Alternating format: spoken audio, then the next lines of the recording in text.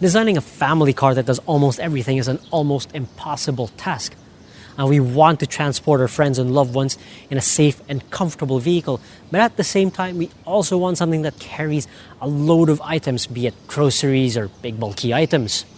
Other things people demand from people haulers these days? Well, let's name a few of them. There's reliability, there's ease of service, parts availability, fuel efficiency, and up-to-date features. Extra row of seats would be nice, and extra ground clearance? Yes, please. If you scour the buyer's guide, there is one vehicle that fits that description like a glove: the Toyota Innova.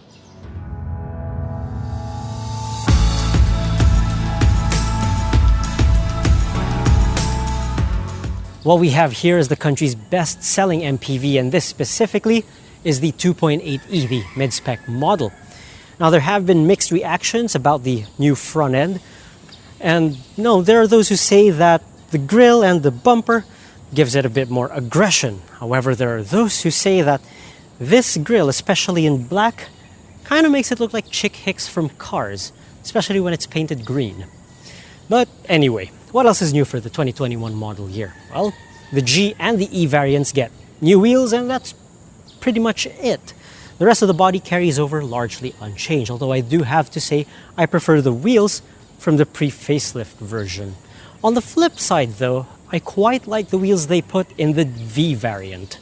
All in all though, it's a pretty familiar sight for everyone, and let's face it, Toyota will sell thousands of these for as long as they don't beat it with an ugly stick.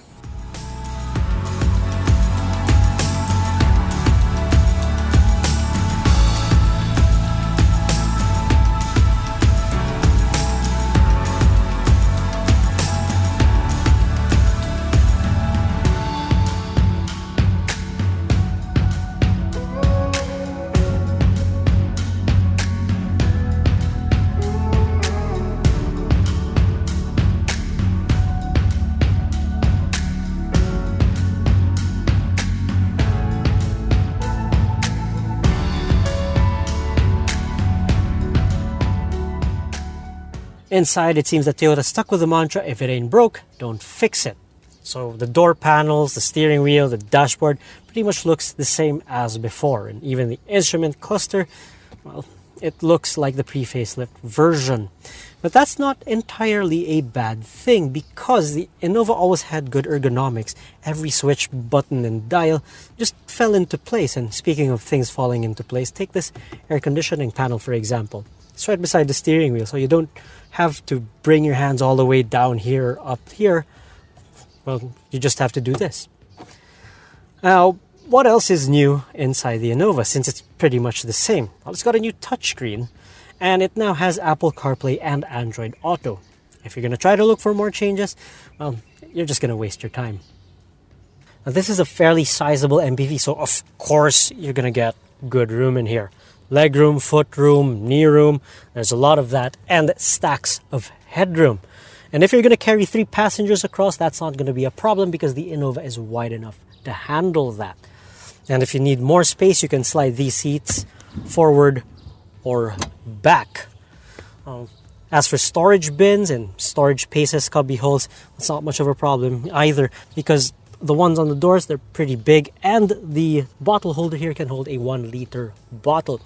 You also get an interesting hook behind each of the front seats, a pair of map pockets, and even a shallow space right in the center console. Well, you could put whatever you want there. And if you need to charge here at the back, you have a 12-volt socket down there.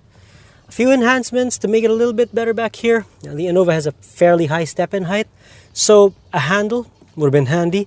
And in the J and E variants, it doesn't have a rear armrest, so it would be nice if they added that to the entire lineup. As far as third row seats go, well, it's acceptable in the Innova. If you need more space in the third row, you're probably going to need a Land Cruiser for that. And at the same time, you're going to have to ask the second row passengers to slide their seats a little bit forward to get a little bit more wiggle room. Now, Toyota claims the Innova is an 8-seater, although you're going to have to find someone very thin to fit here. They even provide a headrest for someone who's going to sit right here in the middle. But again, all in all, it's acceptable and it's really best suited for smaller adults or children. There are also a few things Toyota can enhance here in the third row. Now, there isn't a charging socket here, a 12-volt socket or a USB plug, but at least you have a sizable storage bin and a cup holder. You even get air conditioning vents, so all the cold air doesn't have to be exclusive to the first two rows. Now let's get this thing out of the way and talk about the third row mechanism.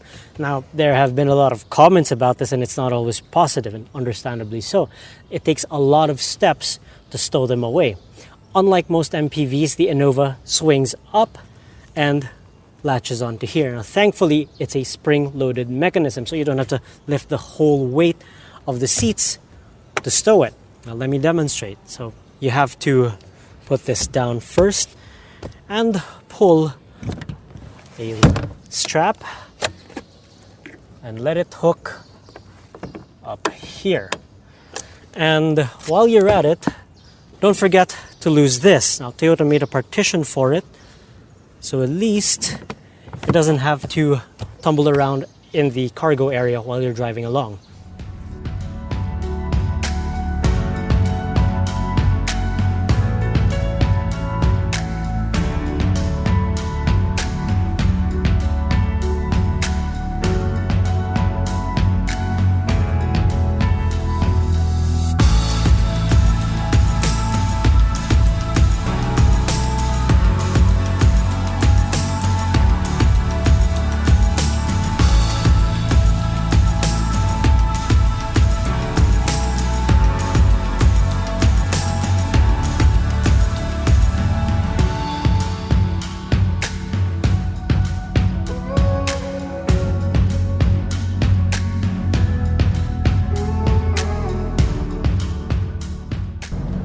Let's be honest here, nobody buys an Innova for its driving dynamics.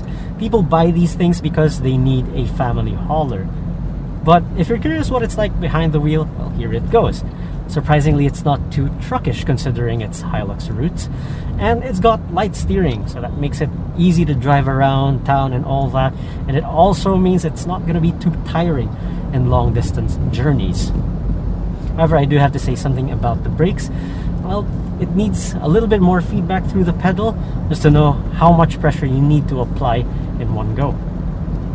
But what's more important here is comfort. After all, you're going to carry people around here. Now, here at the front, there is a bit of a tendency to wallow, but it's not too unnerving. However, I have to say that it does dip and bob after going over some bumps. But the best seats in the house here are in the second row. Now, from there, you're not going to feel the wallow and the sway so much, and that's good news for those who suffer from car sickness. Even the ride in the third row isn't so bad, and all in all, it's a pretty comfortable MPV. Obviously, the Innova isn't designed to be a performance car, but that 2.8-liter turbo diesel has meaty power delivery.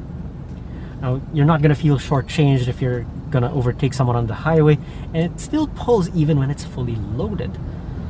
It also delivers pretty good fuel efficiency. Now, around the city, it does 9 kilometers per liter, and that's in heavy traffic. In mixed driving conditions, you're looking at about 12.5 kilometers per liter. And if you're solely cruising on the highway, well, we're seeing figures as high as 16 kilometers per liter. But what's amusing here are the power modes, or the engine management modes. Now, you can feel the difference between each setting, from eco mode to normal to power. When you press power mode, the thing just flies off, and it would be nice if Toyota added the 204 horsepower version of this engine, but that might be a little bit of overkill. Now, thankfully, this does come standard with traction and stability control. With that much torque, you're gonna need it.